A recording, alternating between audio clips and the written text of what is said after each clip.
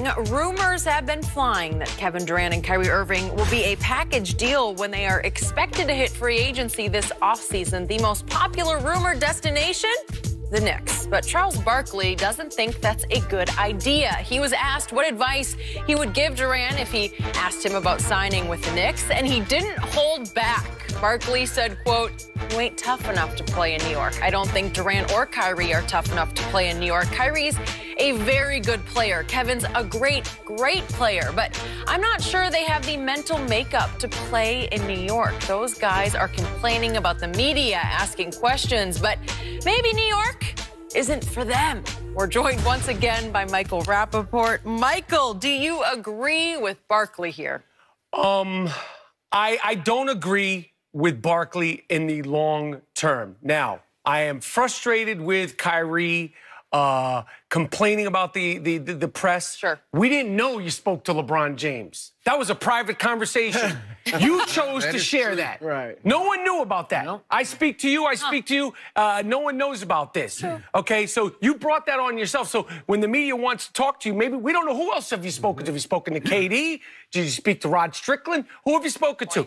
That being said, we as New York Knicks fans, we've never had two champions. The last time we've had players play for the Knicks that had rings and things is the great Willis Reed and those guys. Amari Stoudemire, a very good player. We knew he had an injury. Inevitably, we in our hearts, we knew that just wasn't going to get it done. Carmelo Anthony, no rings and things. So these guys, they've played on the biggest stages.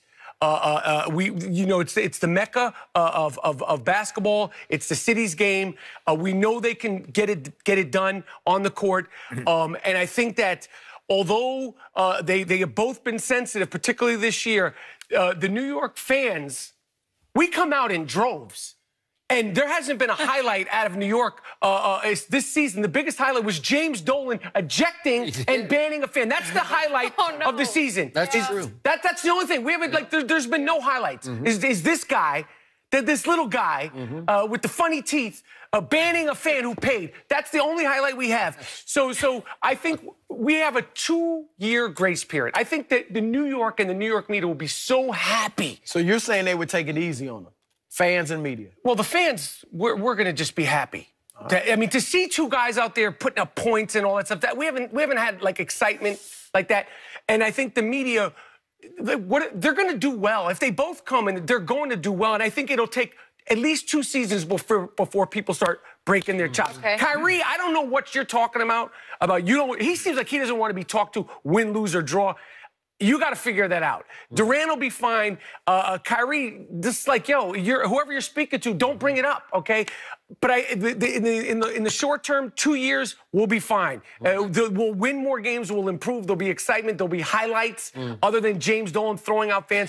So my answer, long-winded answer is, I think that we will be fine if we get those two guys. And I'm praying, please come to New York. Yeah. Please. Okay, that's the fan perspective, just so people know. You work for the New York Times, and you covered the Knicks and the Nets. So you know what of you speak. You know you are inside the New York media covering basketball. Yeah, and look, I do tend to agree that, especially with the fans, there will be I'd say a year or two grace period where, assuming, and they would, if Kyrie and KD go there, they would certainly be a really good team. They wouldn't be expecting championship or coming down on them if they didn't win a championship for at least a year and maybe 2, right? Yes. So it'd be 2 or 3 years before they really jumped on them. As far as the New York media, when I was the beat writer, that was early days of the internet. The internet wasn't what it was now. And the New York media was so different from media anywhere else. LA, Chicago, the only thing even close was Philadelphia. But New York media, with the sensationalism, with the back pages, it was aggressive, and players had a hard time dealing with it. Now, though, New York is still the top, but with the internet now, sensationalism has been brought all over the country, and no matter where you're at, you're still catching heat. You're in it. It's all over. You catch heat no matter where you are. Maybe not quite to the extent of New York, but you do catch heat. Now, to answer Barkley's question, both of them obviously have rabbit ears. Both of them obviously are sensitive. And I would not recommend that either one of them go there by yourself. No, for sure. No, do not go, because you won't win big, and then you will catch heat. Be on you, okay. But I do think if they go together, or one of them went with Anthony Davis or whatever, if they go with 2 stars, they'll be fine. These 2 guys, Kyrie, let's look at him. Kyrie just did a big mea culpa piece with Yahoo, where he said, I was wrong for the way I've handled things. I apologize. We know he apologized to LeBron.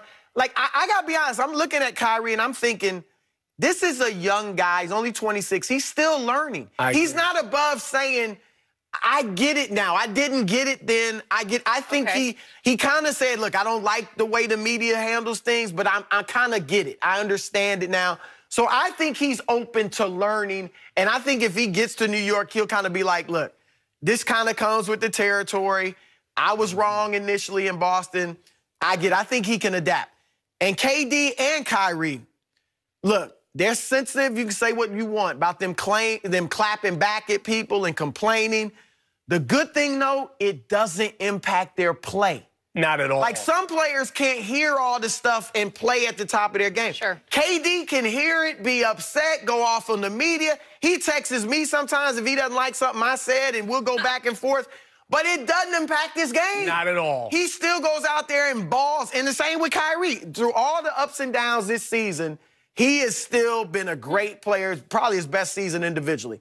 So even if they are in New York and at times they go into a shell and they go off on the media at times, they still will bring it. And so I do think for all their issues, they can handle New York. For one, actually, a couple times lately, I have agreed with Charles Barkley on this show, which is shocking. It's been weird. This time, he is completely wrong about this, and almost naively wrong. He is missing the boat on both these guys. To your point, I'm going to triple down on what you just said. In all my time of covering or closely observing superstars, the thinnest skinned superstar ever to me is Kevin Durant. And Kyrie's starting to threaten that. He's starting to challenge him. They are both social media victims to me because they read it and they respond to it and they let it go inside them. And it doesn't, not only does it not affect them, does it not hurt their play, it fuels their play. They both thrive on this. They would both thrive together. I agree with your together point.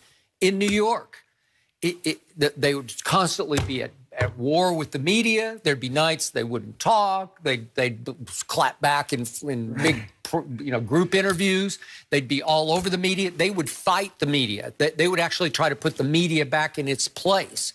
But they're not good at it also. Neither one of them are good clappers. They're not adapted. They're just not, they're not good ranters. They don't talk good trash. Neither one of them I have are. to help him out. Yeah, but you know what I mean? And Kevin Durant actually had burner accounts. It's like, what? You're Kevin Durant. Right. But Right. you know who the media does love and who is good with the media? Coach Fizdale. Yeah. He handles it good. He's got a personality. He's fair. He's firm. He knows when to be tough. He'll rant when he needs to. So I think if they came to New York, they'll do their little things, but I don't think it's as big as impact as people say, because number one, it doesn't affect their play, and I think New York will get off on it. And the fans, to see that kind of craziness in the Garden every single night and what they do, and I mean craziness as far as their skills, there will be elation. There will be sincere elation. That's New York basketball. Like, they'll be adored and loved by the fans every single night. So what? They make some weird rants and comments. We'll take it. Okay, what did Kevin had the weight of the NBA world on his shoulders going into the first finals with Golden State against LeBron. And what did he do? The NBA was, the world's waiting for him to fall on his face. He left Russell Westbrook and joined forces with Stephen Clay and Draymond. And what did he do? He won MVP, and then he backed it up by winning MVP again. I'm not worried about it. Come on, man. I'm not worried about it. Kyrie hit the shot of shots. He's Game ridiculous. 7 at Oakland. We deserve it. Okay? This is the city game. We need basketball. These guys are beautiful players. You know what? Come to New York, guys. Those two guys get what it would mean to you for them to win a championship. Oh, my God. Imagine we split it. Both of them on the Empire State Building. It would be gorgeous. Kevin Durant, thin shoulders. Empire State Building's long and high. It would be just beautiful. Come to New York. Like a banner. Yeah, what are we doing? That would reach the top. Oh, light him up. We'd be Kyrie. I mean, he plays like a New York City street ball player. Like His all that dad's stuff. from New York City. Oh. The Statue of Liberty would be like. Oh, the Statue of Liberty wouldn't more even be tears. thinking about Odell Beckham. They haven't had a player as exciting as Kyrie in New York since Earl the Pearl. That type of game, that type of street game. Does anybody remember Earl the Pearl? Right. Not very You few of these young kids. You should. Oh, man. It would Kyrie. I mean, he does And stuff he's that they from do there, in the from I mean, it would be suburban beautiful. It was 1973. Yes. That's the last championship. Yikes. Rolls-Royce I know, backcourt. We need this for you, Mike. Oh, please. And it's not just me. The fans. Yeah. The fans in the cheap seats need it. They deserve it. We've been through too much. We got an owner who's throwing out fans during games, banning them. Yes. The same goons he sent after my guy Charles Barkley, he sent after a fan, Charles Oakley. Yeah, Those same goons. Yeah. Okay. Well, there's one guy who needs those two worse. He's playing here in L.A. I then think there's that. you want them in L.A. more than New York, don't you? Those It two. would just be fun. It would be more fun for me, but I'm not a Knicks fan. Skip. Well, seriously. I think it would be fun if those two go to New York and AD gets traded to the Lakers. Listen, That'd be- AD is not enough for LeBron at this stage of his career. It's not enough. They might to win be a able to get Jimmy championship. Butler with him. You know, As a the third only guy. thing you'd have going is that Kevin is no longer in the Bay Area. That'd be good. Right? Okay, that would be help. open. That changes That would things. Yeah, help. well, LeBron, give him Kevin, give him AD. He needs like 17 people with him.